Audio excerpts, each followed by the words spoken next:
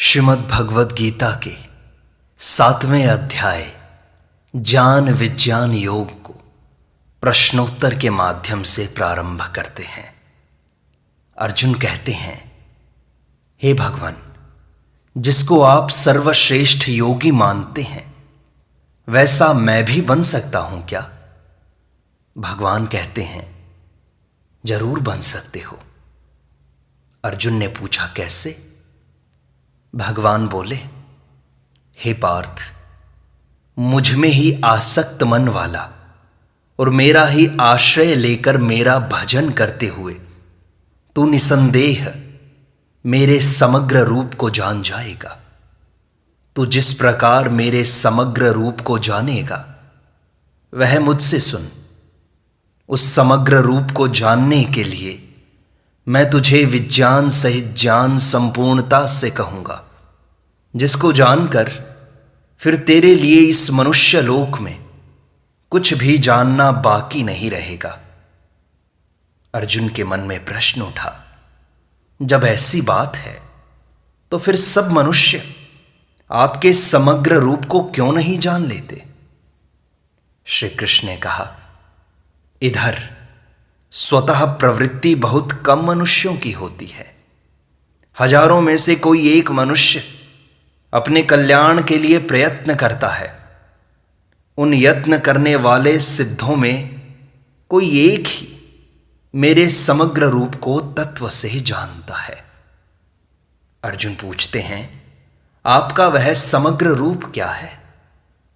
श्री कृष्ण ने कहा, हे महाबाहो, पृथ्वी, जल, तेज, वायु, आकाश, मन, बुद्धि और अहंकार, इन 8 प्रकार के भेदों वाली मेरी अपरा प्रकृति है। इससे सर्वथा भिन्न मेरी जीव रूपा परा प्रकृति है, जिसने इस संसार को धारण कर रखा है। इन अपरा और परा दोनों प्रकृतियों के संयोग से ही संपूर्ण प्राणी उत्पन्न होते हैं। अर्जुन ने पूछा, इनका भी मूल कारण कौन है भगवान? श्री कृष्ण ने कहा, मैं ही संपूर्ण संसार का मूल कारण हूं, क्योंकि संसार मुझसे ही उत्पन्न होता है और मुझ में ही लीन होता है। हे धनंजय, मेरे सिवाय इस संसार का दूसरा कोई किंचित मात्र भी कोई कारण नहीं है। जैसे सूत की बनाई हुई मणियां सूत के धागे में ही पिरोई जाएं तो उस माला में सब सूत ही सूत है, ऐसे ही संपूर्ण संसार में मैं ही मैं हूं। अर्जुन ने पूछा, पर इस बात को मैं कैसे समझूं भगवान? भगवान बोले, हे कुंती नंदन, जल में रस मैं हूं, सूर्य और चंद्रमा में प्रभा मैं हूं, संपूर्ण वेदों में प्रणव मैं हूं, आकाश में शब्द मैं हूं, मनुष्यों में पुरुषार्थ मैं हूं, पृथ्वी में पवित्र गंध मैं हूं, अग्नि में तेज मैं हूं, संपूर्ण प्राणियों में जीवनी शक्ति मैं हूं और तपस्वियों का तप मैं हूं। हे पार्थ, संपूर्ण प्राणियों का अनादि बीज तू मुझे ही जान। बुद्धिमानों की बुद्धि और तेजस्वी पुरुषों का तेज मैं हूं। हे भरतवंशियों में श्रेष्ठ अर्जुन, बलवानों में कामना और आसक्ति से रहित बल मैं हूं। मनुष्यों में धर्म से युक्त काम मैं हूं। और तो क्या कहूं, जितने भी सात्विक, राजसिक और तामसिक भाव हैं वे सब मुझसे ही होते हैं, ऐसा समझो। परंतु मैं उनमें और वे मुझ में नहीं हैं, अर्थात मैं उनसे सर्वथा अतीत निर्लिप्त हूं। प्रश्न उठा, यदि ऐसी बात है तो सब लोग आपको ऐसा क्यों नहीं जानते?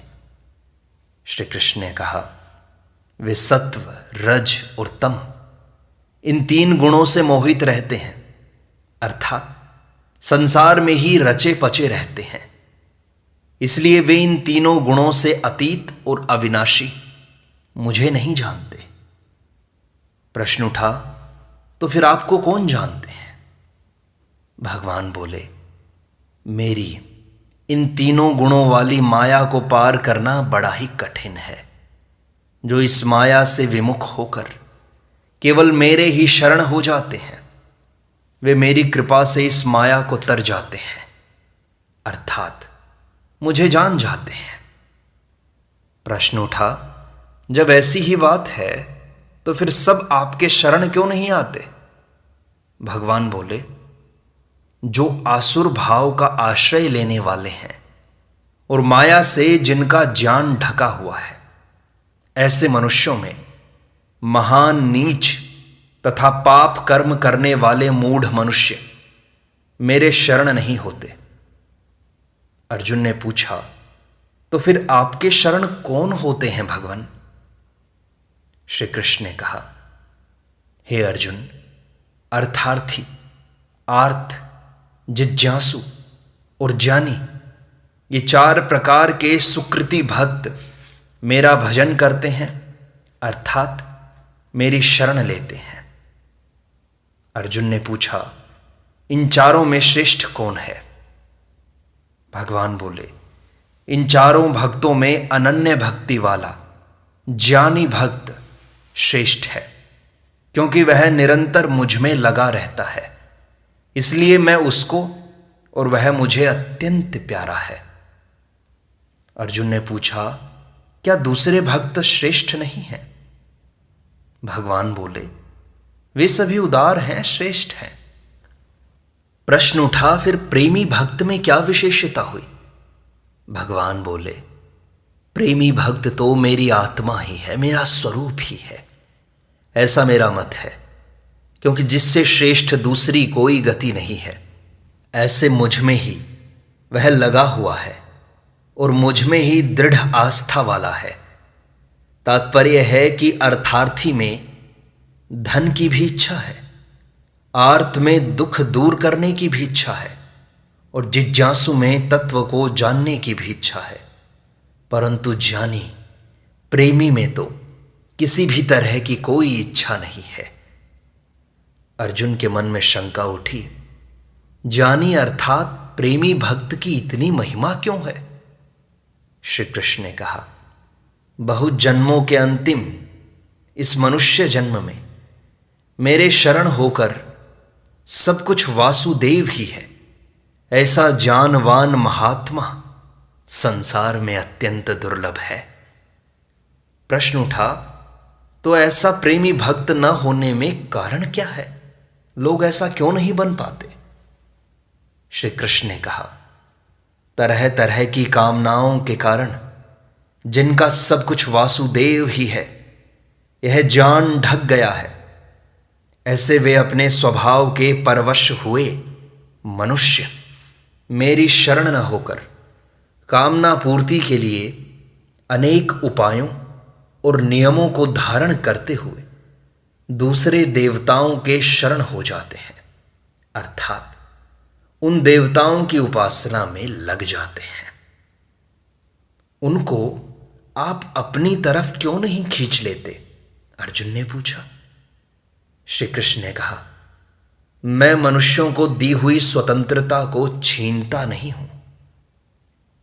जो मनुष्य श्रद्धापूर्वक जिस जिस देवता का पूजन करना चाहता है, उस देवता के प्रति मैं उसकी श्रद्धा को दृढ़ कर देता हूं और वह उसी श्रद्धा से युक्त होकर सकाम भाव से उस देवता की उपासना करता है। परंतु एक विचित्र बात है कि उनको उस उपासना से जो फल मिलता है वह मेरे द्वारा विधान किया हुआ ही मिलता है, पर सकाम भाव पूर्वक देवताओं की उपासना करने के कारण उन अल्प बुद्धि वाले मनुष्यों को अंत वाला अर्थात उत्पन्न और नष्ट होने वाला फल ही तो मिलता है, मैं नहीं मिल पाता उन्हें। देवताओं का पूजन करने वाले अधिक से अधिक देवताओं के पुनरावर्ती लोकों में जा सकते हैं, पर मेरे भक्त मुझे ही प्राप्त होते हैं। प्रश्न उठा, जब आपके भक्त आपको ही प्राप्त होते हैं तो फिर सब आपके भक्त क्यों नहीं हो जाते? श्री कृष्ण ने कहा, बुद्धिहीन मनुष्य, मेरे सर्वश्रेष्ठ अविनाशी परम भाव को न जानते हुए मुझ अव्यक्त परमात्मा को जन्मने वाला मरने वाला मनुष्य ही मानते हैं, फिर वे मेरे भक्त कैसे बन सकते हैं?